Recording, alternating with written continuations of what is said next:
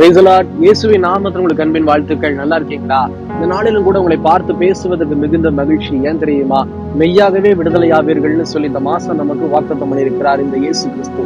தொடர்ச்சியா பாவத்திலிருந்து எப்படி விடுதலை, சாபத்திலிருந்து எப்படி விடுதலை, ஆவியானவருடைய விடுதலையும் நடத்துதலும் எப்படின்னு சொல்லி பார்த்தோம். இன்னைக்கு பலத்தின் ஆவியானவர் எப்படி நம்ம மேல ஊற்றப்படும் போது எப்படி பலன் அடைவோம் அப்படின்னு சொல்லி பார்த்து தியானித்து ஜெபிக்க போகிறோம்.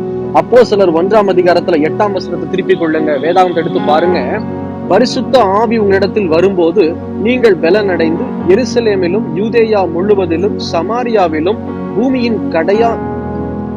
பூமியின் கடைசி பரியந்தமும் எனக்கு சாட்சிகளாயிருப்பீர்கள் என்றார். இயேசு கிறிஸ்துவுக்கு நமக்கு சாட்சியா வாழ்றதுதான் ரொம்ப பிரியம். அதுதான் உண்மையாலுமே ஒரு ஆசீர்வாதமான ஒரு வாழ்க்கை. அவருக்கு சாட்சியா இருக்கணும். யார் இந்த பையன்? ஏசப்பாவுடைய பையனா? யார் இந்த பிள்ளை? ஏசப்பாவுடைய பிள்ளையான்னு சொல்லி இதுதான் சாட்சியான வாழ்க்கை. இந்த சாட்சியான வாழ்க்கையை வாழ செய்வது யார் அப்படின்னா, இதோ பரிசுத்த ஆவியானவர் நம்ம மேல ஊற்றப்படும் போது நாம் பலன் அடைவோம். எதுல? பலவீனப்பட்டிருக்கிற உறுப்புகள் பலன் அடையும்.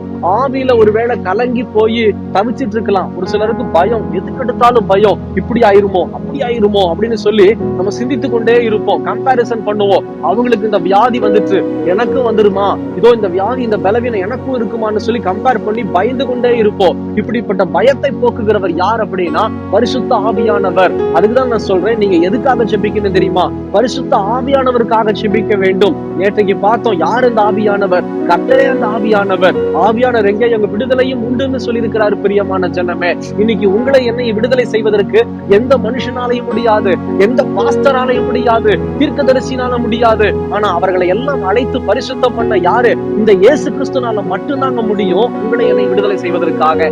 ஏன் தெரியுமா? கடைசி சொட்டு ரத்தம் வரையிலும் நமக்காக சிந்தினவர் வேற யாரும் இல்ல, இந்த இயேசு கிறிஸ்து மாத்திரம்தான். இந்த வீடியோ பார்த்துட்டு இருக்கிறீங்களா? பயமா இருக்குது பிரதர், அடுத்த காரியத்தை நினைச்சா எனக்கு ஒரு மாதிரி கலக்கமா இருக்கு பிரதர், என்னுடைய பிள்ளைய நினைச்சா பயமா இருக்கு, எதிர்காலத்தை நினைச்சா பயமா இருக்கு, பலவீனத்து நிமித்தம் பயம், கட்டுண்டு கிடக்குறேன்னு சொல்லி நீங்க இருக்கிறீங்களா? ஒண்ணு ஜெபம் பண்ணுங்க எங்கூட இணைஞ்சு. பரிசுத்த ஆவியானவர் எனக்கு வேணும் ஆண்டவரே. முழங்கால் போடுங்க, எங்கூட இணைந்து நீங்க ஜெபம் பண்ணி பாருங்க. பரிசுத்த ஆவியானவர் எனக்கு வேணும் ஆண்டவரே. ஏசப்பா, ஆவியானவர் எனக்கு ஊற்றப்படணும் ஆண்டவரே மட்டும் மெய்யாகவே நீங்க கேளுங்க. இன்னைக்கு மெய்யான விடுதலையை உங்கள் மீது என் மீது ஊற்றி சாட்சியாய் வாழ செய்ய போகிறார் ஆண்டவர். ஜெபிக்கலாமா? கண்களை மூடி. எங்களை நேசிக்கிற நல்ல ஆண்டவரே, இந்த வேலைக்காக ஸ்தோத்திரம். சொல்லப்பட்ட அந்த வேத வசனத்தை ஆண்டவரை யாரெல்லாம் விசுவாசித்து இந்த நொடியில முழங்கால் படியிட்டு ஜெபிக்கிறார்களோ, இந்த நொடியில கைகளை உயர்த்தி கண்ணீரோடு ஜெபிக்கிற பிள்ளைகளை நோக்கி பார்த்து ஆண்டவரே, அவங்க பலவீனத்துல உங்களுடைய பலன் பூரணமாய் விளங்கட்டும். இயேசுவின் நாமத்தில் ஊற்றுவேன்னு சொன்ன ஆவியானுடைய வல்லமை இறங்கட்டும் ஆண்டவரே. கட்டுண்ட ஜனங்கள் விடுதலையாக்கப்படுவார்களாக. சாபங்கள், பாவங்கள், பொத்தாத பலவீனங்கள், பயங்கள் இயேசுவின் நாமத்தில் நீங்கட்டும் என்று சொல்லி மனதார உடைய ஊழியக்காரனாகிய நான் இயேசுவின் நாமத்தில் ஆசீர்வதித்து விடுதலை செய்து உடைய கரத்துல கொடுக்கிறப்பா. தொடர்ந்து ஆசீர்வதிங்க. உமக்கு சாட்சியாய் வாழ உடைய வருகையில நாங்க காணப்பட எங்களை அர்ப்பணிக்கிறோம். தொடர்ந்து ஆசீர்வதிங்க இயேசுவின் நாமத்தில் பிதாவே. ஆமேன், ஆமேன். தொடர்ச்சியா ஜெபம் பண்ணுங்க. ஆவியானவருக்காக தொடர்ச்சியா ஜெபம் பண்ணி கேட்டுக்கிட்டே இருங்க. கர்த்தர் உங்களை விடுதலை செய்திருக்கிறார். மெய்யாகவே விடுதலை ஆயிருக்கிறீங்க. சாட்சியா இருங்க.